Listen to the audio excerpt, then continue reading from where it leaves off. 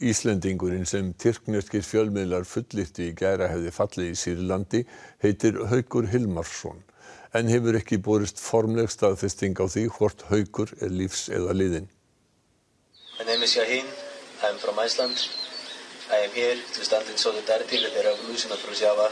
Síðdegis í dag birtu samtökin International Freedom Battalion myndband af Hauki á YouTube þar sem hann lýsir yfir stuðningi við samtökin og að hann ætlaði að berjast við hlið þeirra. Fréttastofa hafði samband við varnarsveitir Kúrda í Afrín héraði sem fullyrða að Haukur hafi fallið í sprengjuárás tyrkneska hersins í héraðinu nærri landamærum Tyrklands.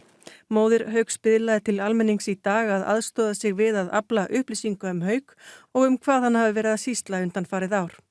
Haukur er þekktur aðgerðarsinni og komst oft í fréttir hérlendis í tengslum við mótmæli eða vegna baráttu fyrir réttindum hælisleitenda.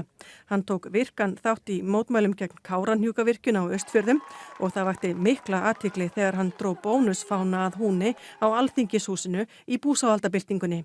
Hann var í kjölfarið handtekinn sem var til þess að útbrutust mikil mótmæli við lögreglustöðina við Hlemm. Samkvæmt svari frá ríkislögreglustjóra hefur alþjóðadeild lögreglunar engar upplýsingar fengið hvort Íslendingur hafi fallið í Sýrlandi. Þá hefur lögreglan engar upplýsingar að íslenskir ríkisborgarar hafi tekið þátt í vopnuðum átökum í Sýrlandi.